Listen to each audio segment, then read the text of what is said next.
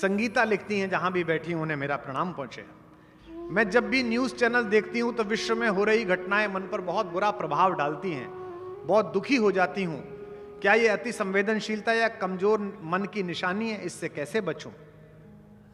बुरी खबर से चैनल क्या दिखा रहा है? चैनल तो वो दिखा रहा है जो हो रहा है, अखबार तो वो लिख रहा है जो हो रहा है।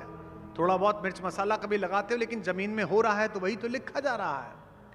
इसलिए इस अति संवेदनशीलता की वजह से आप कष्ट में हैं। यह कष्ट संसार का है कि वो आपकी संवेदना को ग्रहण नहीं कर रहा, आपका कष्ट नहीं है। यह दुनिया इसीलिए बची हुई है कि अभी भी संवेदनशील लोग बहुतायत में हैं, बहुसंख्यक हैं, अल्पसंख्यक नहीं है। अभी भी सड़क के किनारे किसी को चोट लगने पर 10 आदमी उसे उठाने आते हैं, हंसते नहीं हैं। अभी भी कोई आदमी प्यास से परेशान होता है एक छोटे बच्चे को लेकर, तो लोग उसका सहायता करने के लिए आते हैं।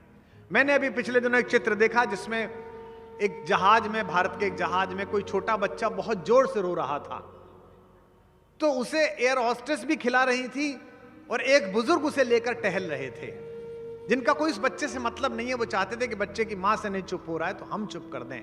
यह जो प्रवृत्ति है, यह भारतीय संस्कार की है, क्योंकि दूसरे को मारकर खाओ यह विकृति है।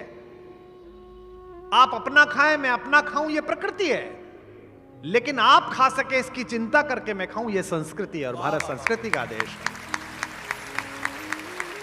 और जहां मैं बैठा हूं यह महाराष्ट्र की सांस्कृतिक राजधानी है, संस्कार धानी है। इसलिए संगीता, इस बात से व्यथित मत हो जाओ कि तुम संवेदनशील ज्यादा हो।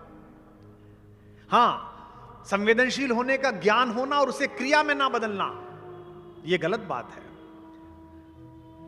जयशंकर प्रसाद जी ने कहा, ज्ञान दूर कुछ क्रिया भिन्न हो, इच्छा क्यों पूरी हो मन की, एक दूसरे से न मिल सके, यही विडंबना है जीवन की। हम सबको ज्ञान तो है इस बात का कि यह गलत है, हम सबको ज्ञान तो है इस बात का कि यह होना चाहिए, लेकिन क्रिया में घटित नहीं होता।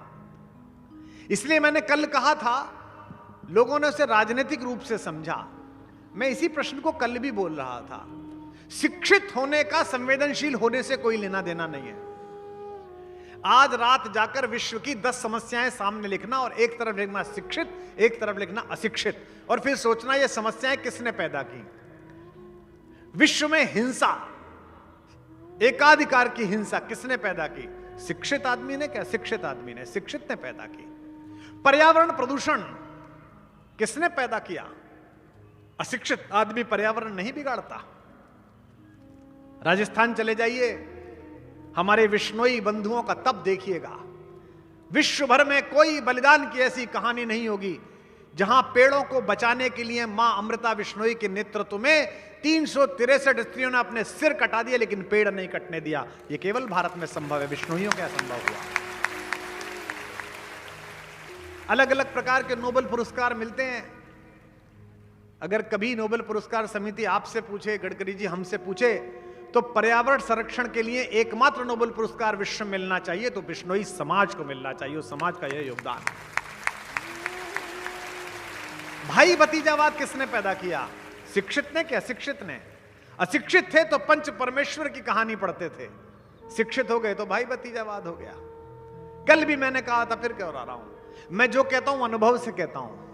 मैंने महाराष्ट्र के एक लगभग अशिक्षित व्यक्ति के साथ आंदोलन प्रारंभ किया, जो आपसे थोड़ी दूर पर ही बैठे हैं, और भारत की सबसे बड़ी शिक्षा पाने वाले व्यक्ति के साथ राजनीति शुरू की। और मुझे प्रतिपल अनुभव हुआ कि नीचता का शिक्षा से कोई संबंध नहीं है, आप कहीं पढ़े आए। यह मैं तब बोल रहा हूं जब मैं स्वयं पीएचडी हूं। मुझ पर 10 पीएचडी हो गई हैं, और अभी इलाहाबाद विश्वविद्यालय ने मानद डीलिट की उपाधि मुझे दी। मुख्यमंत्री जी उपस्थित थे, आप सबने देखा होगा उसमें। लेकिन मैं शिक्षित होने पर बहुत गौरवान्वित नहीं हूं, ठीक है। तो इसलिए अगर तुम्हें यह आत्मग्लानि है कि तुम इन खबरों को देखकर दुखी होती हो संगीता, तो यह तुम्हारा मनुष्य होने का गौरव है। यह तुम्हारे नागपुर ने तुम्हें संस्कार दिया है कि तुम दूसरे के दुख को देखकर दुखी होते हो।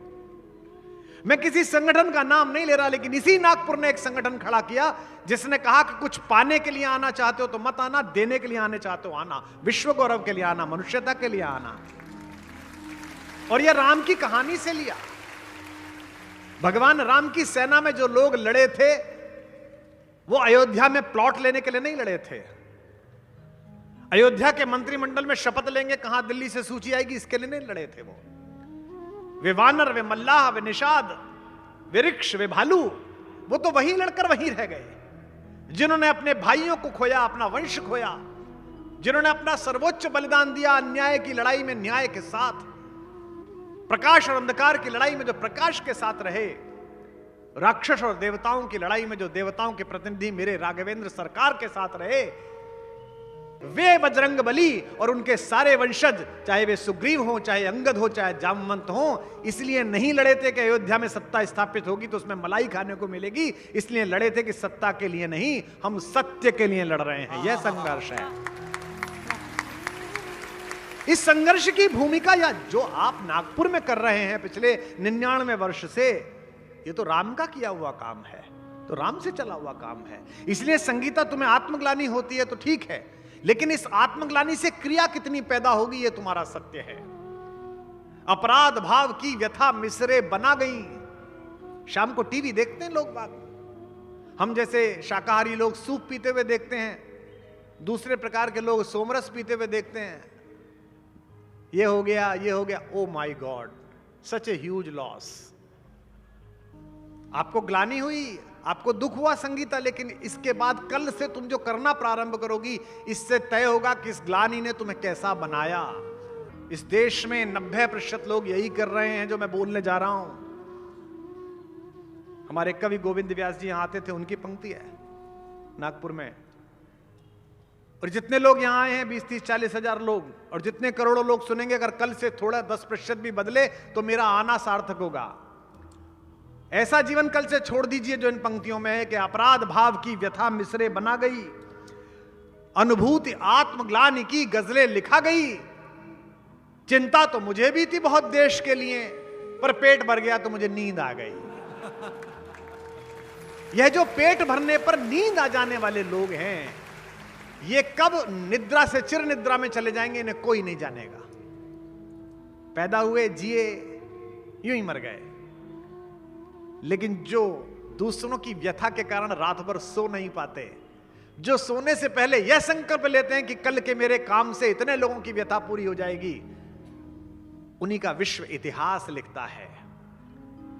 दुआओं से आयु बढ़ती है, दुआओं से आनंद बढ़ता है। आपसे वो सब लोग कहने नहीं आते नितिन जी जो हाईवे पर चलते हैं, जो उन मार्गों पर चलकर दिल्ली से जयपुर 9 घंटे में पहुंचते थे, जब 4 घंटे में पहुंचते हैं अपनी बहन के घर, तो आपसे कहने नहीं आते। वो अंदर अंदर दुआ देते हैं कि यार काम तो कर दिया आदमी ने, अद्भुत मजा तो ला दिया। इन दुआओं से आयु बढ़ती है। और वो इतने ज्यादा सम्मोहित होते हैं कि मैं जिस छोटे कस्बे का हूं, गाजियाबाद के पास एक छोटा सा कस्बा है पिलखवा, 24 किलोमीटर दूर है मेरे घर गाजियाबाद जहां मैं रहता हूं। 24 किलोमीटर पार करने में 1 घंटा लगता था, 1 सवा घंटा। पहली बार हाईवे बनाया नितिन जी ने, मैं अपने पिताजी को लेकर गाजियाबाद तक आया गाड़ी से, उसमें 16-17 मिनट में हम पहुंच गए। मेरे पिताजी किस काम से आए थे ये भूल गए। मुझसे बोले तेरे पास नंबर है गडकरी जी का? मैंने कहा हाँ जी है, फोन कर। मैंने कहा जी बड़े आदमी है, कहा फोन कर। अच्छा वो जो तू करता है ट्वीट वही कर दे। तो मैंने कहा जिसमें क्या लिखूं? बोले लिख, पिताजी बहुत खुश हैं। और मैंने लिखा, और आपने उस पर रिएक्ट की कि पिताजी को मेरा प्रणाम कहना। एक छोटे कस्बे में रहने वाला एक अध्यापक, जिसके जीवन की ये विराम बेला है 87 साल की उम्र में, जिसको ज्यादा मतलब नहीं है कि 1 घंटे में पहुंचू कि 24 मिनट में पहुंचू कि 16 मिनट में पहुंचू, जिसे ऑफिस नहीं जाना है, वो अपनी यात्रा के 40 मिनट कम हो जाने पर अगर आपको आपके काम के लिए दुआ दे रहा है, तो आपकी आयु बढ़ रही है, आपका स्वास्थ्य अच्छा हो रहा है, आपका यश बढ़ रहा है। विश्व में हो रही घटनाएं तुम्हारे मन पर प्रभाव डालें, अच्छी बात है, पर इससे दुखी हो जाओ और चिंता करने लगो, ये ठीक नहीं है। अगली पंक्ति इस बिटिया को बताना, संगीता जिसकी आयु लिखी हुई है 24 वर्ष। 24 वर्ष में इसने प्रश्न सोचा, अच्छी बात है। इतनी बड़ी भीड़ में पूछा, लिख के भेजा, अच्छी बात है। भारतीय संस्कृति चिंता नहीं सिखाती, चिंतन सिखाती है। इसलिए चिंतन करो। और संवेदनशीलता और भावुकता में अंतर है। भावुक तो सभी लोग हैं, फिल्म देखकर जो लोग रो रहे हैं वो भी भावुक है। जिसमें वो पति जो विस्मृत हो गया है उस नायिका से, वो 27-28 बार बगल से निकल जाता है, वो मुड़ ही नहीं पाती कि बगल से निकला है। और ये महिलाएं रोती रहती कि हाय राम, अभी मुड़ जाए तो अभी दिख जाएगा। कितने कष्ट में रहती हैं। भावुकता तो आप में भी है। इसलिए सिर्फ भावुकता से काम नहीं चलेगा, संवेदनशील होना पड़ेगा। यह विश्व संवेदना से चलता है। वंचितों का, वनवासियों का, पिछड़ों का, दलितों के प्रति जो हित चिंता राम के मन में है, उस संवेदना से राम राज्य स्थापित हुआ है। आप केवल प्रयास करिए, मेहनत करिए, चिंतित होने की क्या आवश्यकता है। और राघवेंद्र सरकार के इस महा आयोजन में आने के बाद भी अगर आप चिंतित हैं तो इसका मतलब या तो आपको स्वयं पर विश्वास नहीं है या श्रद्धा विश्वास रूपी मेरे भगवान पर विश्वास नहीं है। दोनों में से एक पर विश्वास नहीं है आप। इसलिए आज के बाद संगीता, बार बार यह पंक्ति याद रखना कि जब तुझसे ना सुलझे तेरे उलझे हुए धंधे, भगवान के इंसाफ पर सब छोड़ दे बंदे, खुद ही तेरी मुश्किल को वो आसान करेगा, जो तू नहीं कर पाया वो भगवान करेगा। हम सोचते रहते हैं कि इस राक्षस का नाश कैसे होगा, हम सोचते रहते हैं कि यह बुराई समाप्त कैसे होगी, और हमारे सोच की सीमाएं जब समाप्त हो जाती हैं, एक दिन हम सुबह उठ के उठते हैं, देखते नाश हो गया।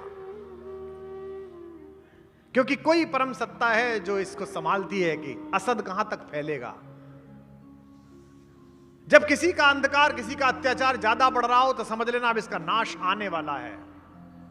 सियाह रात नहीं नाम लेती ढलने का, यही तो वक्त है सूरज तेरे निकलने का।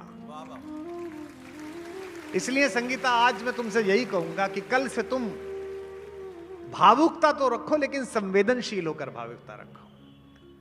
सड़क पर जाते हुए व्यक्ति के फटे हुए कपड़ों को देखकर अगर तुम्हारे अंदर भावुकता पैदा हो रही है तो यह संवेदनशीलता भी पैदा हो कि चार जब कपड़े नए खरीद के लाओ अपने पति के लिए, भाई के लिए, तो उसके पुराने 2 कपड़े उस सड़क पर जाते हुए आदमी को देकर आओ। यहां बैठे हुए लोग यही संकल्प लेके जाओ तो मैं सार्थक मान लूंगा, मैंने जीवन में अपनाया है। अगर ईश्वर इतनी कृपा कर रहा है कि आपके घर में नए कपड़े दे रहा है, आपके घर में नए बर्तन दे रहा है, तो पुराने किसी भी सामान को बेचना मत, उसे किसी को देना ताकि कोई नया जीवन प्रारंभ कर सके। इसके बाद की सारी चिंताएं भगवान के हाथ में छोड़ दो। एक बार तय करो, उसके बाद ईश्वर के हाथ में छोड़ दो, सब संकल्प होगा। कल से संगीता यहीं से शुरू करो और इस पर चिंतित मत हो जाओ, क्योंकि तुम्हारे साथ स्वयं रघुनाथ हैं, तुम्हारे साथ स्वयं भगवान राघवेंद्र सरकार हैं। फिर किस बात की चिंता। स्मरण आ गया मुझे, हमारे साथ जब रघुनाथ तो किस बात की चिंता। हमारे साथ जब रघुनाथ तो किस बात की चिंता। शरण में रख दिया जब मात तो किस बात की चिंता। शरण में रख दिया जब मात तो किस बात की चिंता। हमारे साथ जब रघुनाथ तो किस बात की चिंता। हमारे साथ जब रघुनाथ तो किस बात की चिंता।